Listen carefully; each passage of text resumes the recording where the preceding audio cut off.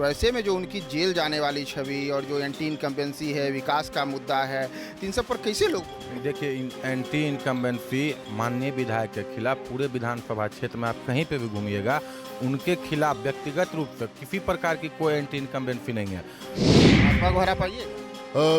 भाजपा को तो एकदम जो है सो हराना ही है। एक विधायक के तौर पर अनंत सिंह का कार्य बिहार के 243 विधायक में से किसी विधायक ने अनंत सिंह के अनुरूप कार्य नहीं किया। नीलम देवी को राष्ट्रीय जनता दल ने उम्मीदवार बनाया है, तो अब आप लोगों की क्या तैयारी है?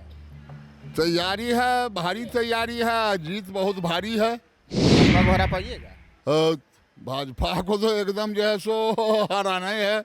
भाजपा तो हारा हुआ है, यहाँ विधानसभा में उपचुनाव है। अच्छा, उपचुनाव में हारा हुआ है।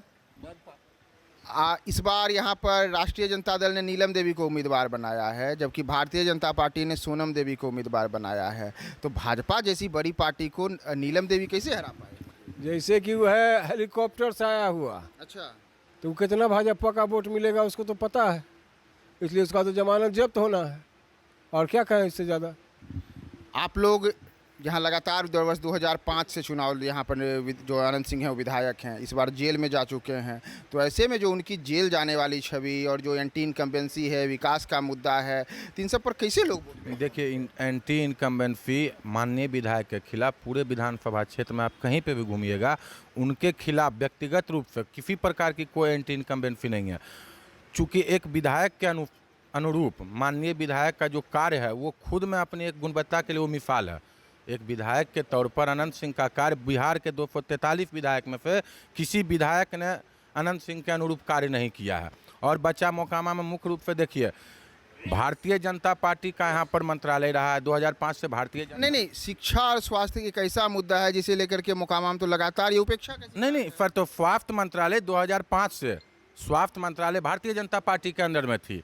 आज हम लोग सरकार में आए हैं, हम भी पूर्व में उस सरकार के अंग रहे हैं, मगर भारतीय जनता पार्टी का जो दोहरा चरित्र रहा, उनके जो मंत्री थे, कुर्सी पर ला के बैठा देना, चेहरा देख के आप जिस प्रकार से टिकट पैराफुट पर ला के दे दिए हैं, उसी प्रकार से मंत्रालय भी पैराफुटे आदमी को ला। तो आपको लगता है कि ये जो शिक्षा, स्वास्थ्य, जो ढांचागत विकास की परियोजनाएं होती हैं जिसमें मोकामा कहीं न कहीं से पिछड़ा हुआ है, ये मुद्दा नहीं बनेगा? सर, बिल्कुल मुद्दा बनेगा। भारतीय जनता पार्टी का 1999 में जब से भारतीय जनता पार्टी का सेंट्रल में सरकार आई थी, उस समय से मोकामा में इंडस्ट्रियों के बदहाली का शुरुआत हुआ। भारत बैगन industry, national textile corporation limited, ये दोनों कारखाना जब अरुण शौरी विनिवेश मंत्री बने थे, उसी समय यहाँ पर दोनों में ताला लग गया। 2004 में यहाँ पे विजय कृष्ण जब सांसद बन के गए आरजेडी के सांसद के तौर पर, और लालू यादव रेल मिनिस्टर थे, उस समय भारत बैगन को भारी उद्योग मंत्रालय से रेल मंत्रालय में तो आपका कहना है कि जो भी मोकामा की बदहाली है, चाहे वह उद्योग जगत का जो नक्शा पर था मोकामा, उससे फिर जाना है या अन्य जो परेशानियां हैं यहाँ, उसके लिए भाजपा जी हाँ, भाजपा जिम्मेदार है। बिल्कुल बिल्कुल, जनता जान रही है, जनता जान रही है। इसके लिए विधायक जी जिम्मेदार नहीं है? एक पैसा का जिम्मेदार नहीं। विधायक का जो दायित्व था मोकामा का, मूल रूप से टाल का समस्या था। किसान, आज कार्तिक का महीना है, बारिश पड़ा है टाल में, हम लोगों को अभी रात में अपने खेत पर जाना होगा, रात में मोटरसाइकिल उठा के अपने खेत तक पहुंचेंगे। मोकामा के किसान का ये उपलब्धि था। जो चुनाव हो रहा है, इसमें इसके पहले राष्ट्रीय जनता दल और नीतीश कुमार की जो जदयू है, उसने 7 दलों के साथ सरकार बना ली, जबकि अभी तक नीतीश जी के खिलाफ विधायक जी बोलते रह रहे थे। तो आपको लगता है कि जदयू का जो परंपरागत वोट है वो मिलेगा इनको? जैसे ही सीट हमारे कब्जा में आ रहा है और कब्जा में ही रहेगा। कोई गठबंधन, कोई गठबंधन हो। भारतीय जनता पार्टी जो यहाँ पे इस बार सोनम देवी को टिकट दी है, वो अपने आप को यहाँ की बहू बताती है, बेटी बताती हैं, अपने आप को स्थानीय बताती है।